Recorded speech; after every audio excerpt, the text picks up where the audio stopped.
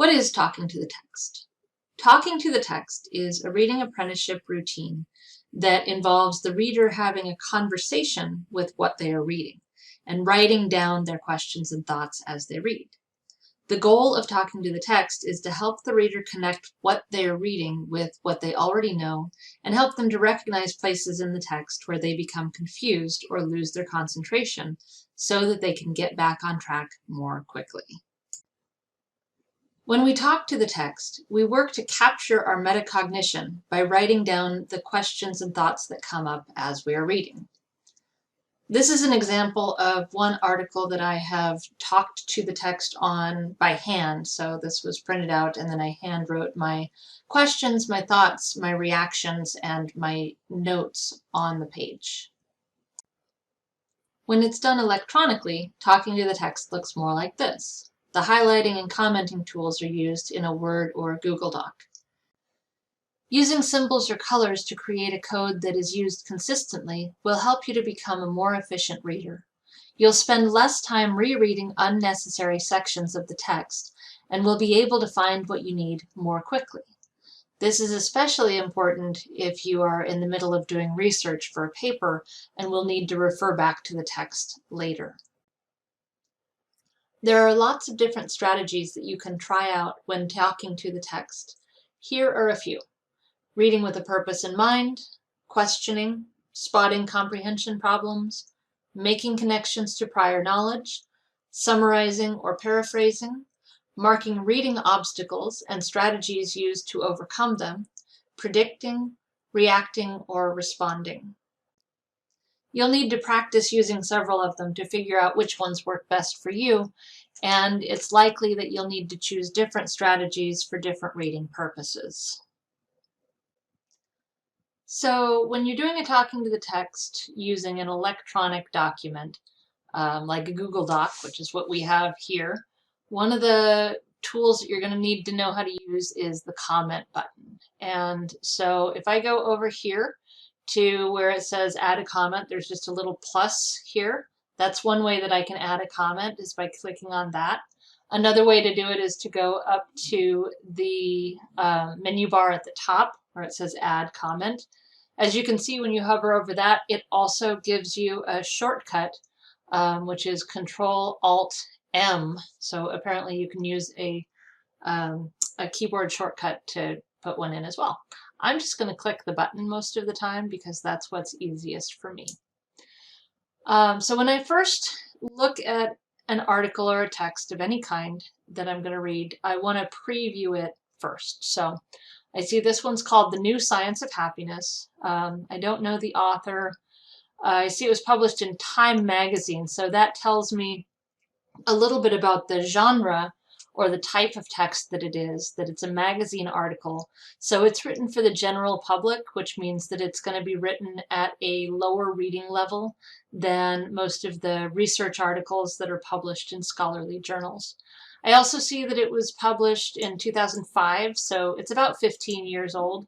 I'm sure that some things have changed since it was first published.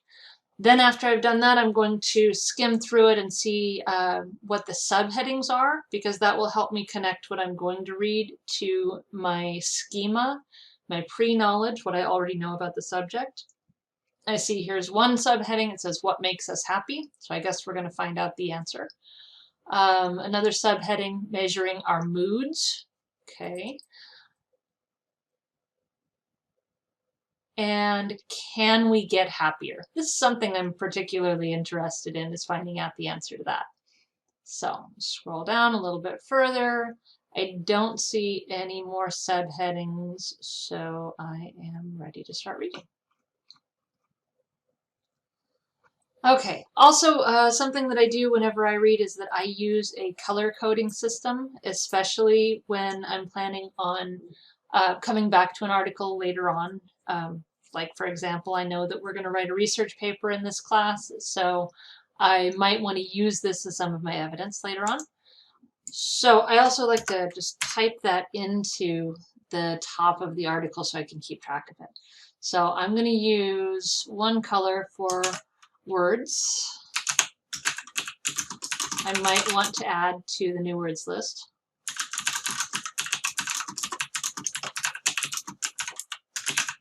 I'm going to make those pink. So I'm going to highlight these here to remind me what my code is going to be, and I make that pink.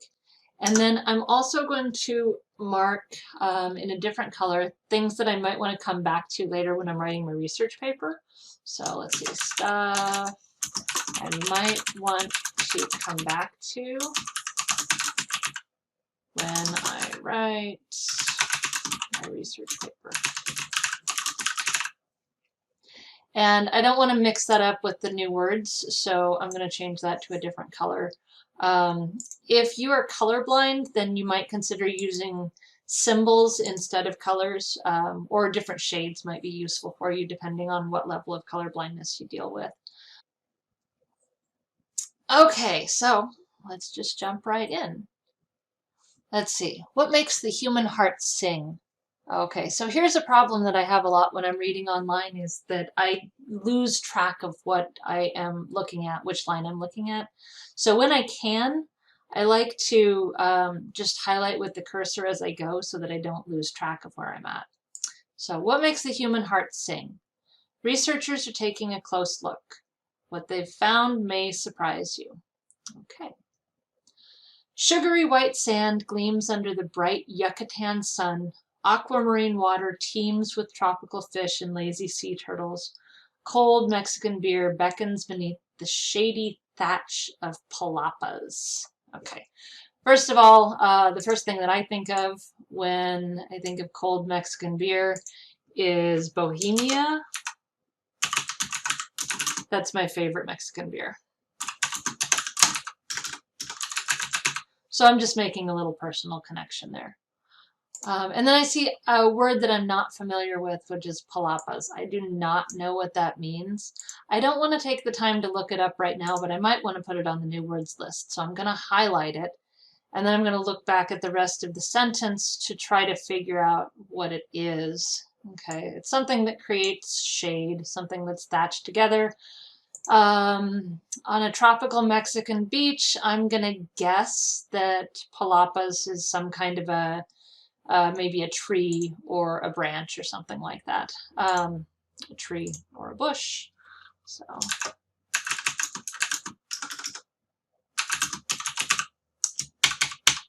I like to use 3 question marks anytime there's something that I don't know, a word I don't know the meaning of when I'm guessing. Okay, so back to where we were. It's hard to imagine a sweeter spot than Akumal, Mexico. I don't know, I've never been there. To contemplate the joys of being alive. And that is precisely the agenda when 3 leading psychologists gather in this Mexican paradise to plot a new direction for psychology. Okay. For most of history, psychology has concerned itself with all that ails the human mind. Okay, ails is another word that I'm not really familiar with. I'm going to keep reading and see if I can guess what it means. Anxiety, depression, neurosis, obsessions, paranoia, delusions. Okay, those are bad things.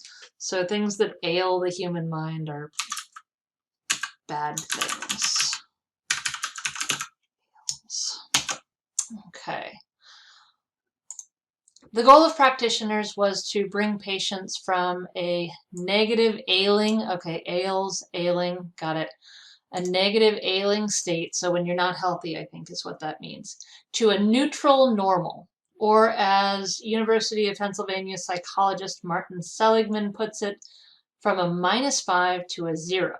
It was Seligman who had summoned the others to Akumal that New Year's Day in 1998, his first day as president of the American Psychological Association, or the APA. See, this is something that I like about parentheses, is that parentheses really work kind of the same as a paraphrase.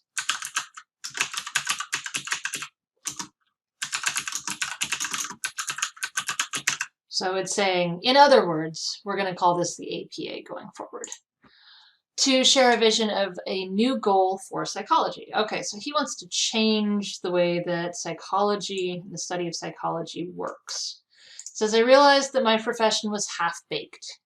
It wasn't enough for us to nullify. That's another word that I'm not really familiar with, so I'm going to highlight that.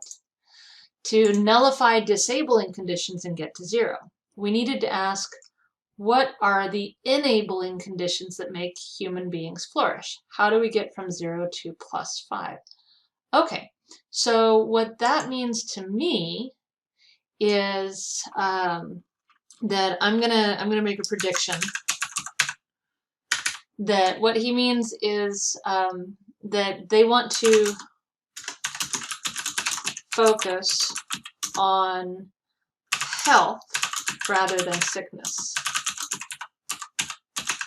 So I know that that with doctors these days, they're a lot more focused on making sure that you're practicing healthy habits and that you're eating healthy, so that they deal with things before you get sick instead of waiting until after you get sick to have to fix you. So that's what that sounds like too. Okay, and I'm not going to go through the entire article with you today, but what I do want you to notice is that after I've finished the article, I have comments all the way through it. So I've really thought through this article thoroughly, and I've continued my conversation all the way through. And that's what I want you to focus on doing as well. In your own talking to the text, you need to continue adding notes, adding comments all the way through it. And for this assignment, you really want to aim for using at least 4 different strategies. So after you have finished going through and writing your comments on the article, you'll want to go back through and find the different strategies that you used and then put a label on them. So you can just write, predicting or questioning, something like that, before you turn in your finished article.